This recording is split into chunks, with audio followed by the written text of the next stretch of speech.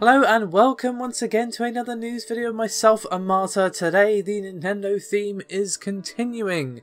However, we're moving away from discussions and opinions and rants to a bit of news, and we have a bit of a combo platter for you today.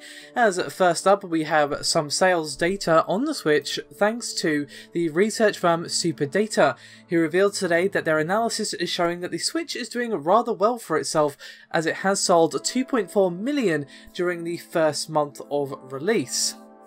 And they are projecting that the console will do rather well for itself over the course of this year. They are predicting 7.2 million consoles in 2017. Now that is actually an increase from their original forecast, which was around 5 million.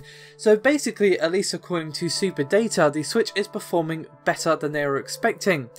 Now, of course, you may have seen the report from the MPD group yesterday that the Switch sold 906,000 consoles in the US in March, beating both the PS4 and Xbox One, and they also managed to sell, again according to MPD, 925,000 copies of the Breath of the Wild, meaning that the attach rate for Zelda is actually over 100%, which is pretty crazy, and obviously just goes to show you that a lot of people are buying the Switch and considering Zelda a mandatory purchase. And while, to be honest, you can't really blame them, by all accounts it's a really good game, and there isn't super loads on offer on the Switch when it comes to a big system seller AAA release like Zelda. So this is a very strong start to the Switch, which is definitely good news for Nintendo, especially following the sad tale of the Wii U. And the lifetime sales of that console are only at 13 million. So if the Switch does beat the 7.2 million prediction of SuperData, that basically means it's on track to beat the Wii U's lifetime sales within a couple of years, which is pretty nuts when you think about it. So quite the good start for Nintendo, and it'll be interesting to see the software sales for this summer, as of course we have titles like ARMS, Splatoon 2 and Mario Kart 8 Deluxe, as well as of course in the holiday period we're going to have Super Mario Odyssey.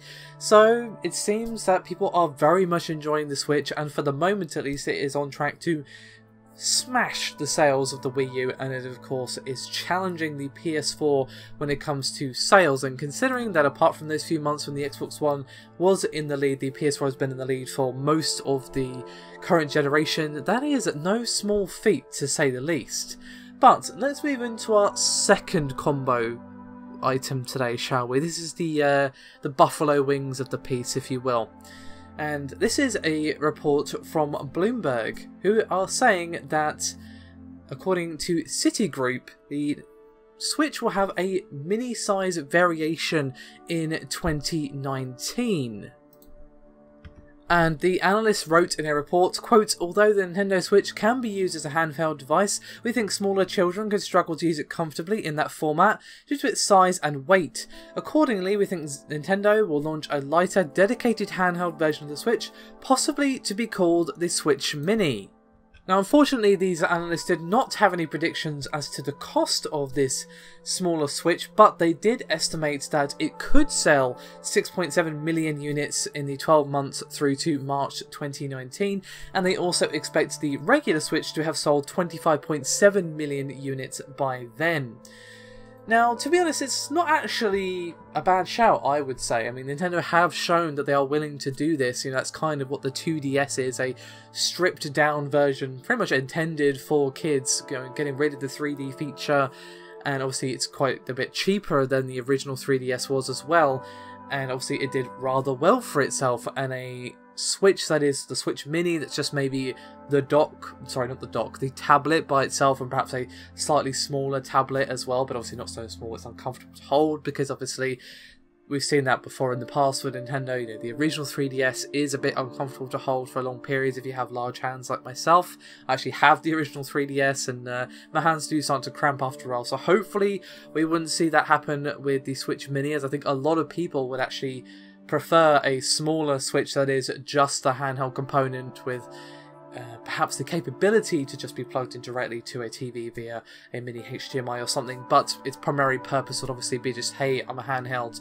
But obviously the issue with this is that it would rather effectively replace the 3DS, because, well, would he need two handhelds for? And this mini-sized Switch would be a handheld. It wouldn't really be used as a console. I mean, I talked about the mini HDMI thing, but that's, to be honest, if Nintendo go this route, I doubt very, very much they'll do that. If they do this, it'll just be, this is handheld only, but that would challenge the 3DS and obviously signal the end of that particular console. Now, would that really be a terrible thing? I mean, in a way, yeah, because the 3DS has a really great library of games, and I love my 3DS. It's definitely been a worthwhile purchase, but at the same time, it has been out for quite some time now, and it would actually make sense for the Switch Mini, or whatever it ends up being called, to fill that gap. But obviously, Nintendo have said that they aren't intending for the Switch to actually replace the 3DS, but they also said it won't replace the Wii U, and I'm like, lol, really? Okay then, sure it won't, yeah, okay, wink wink, nudge nudge, say no more, say no more.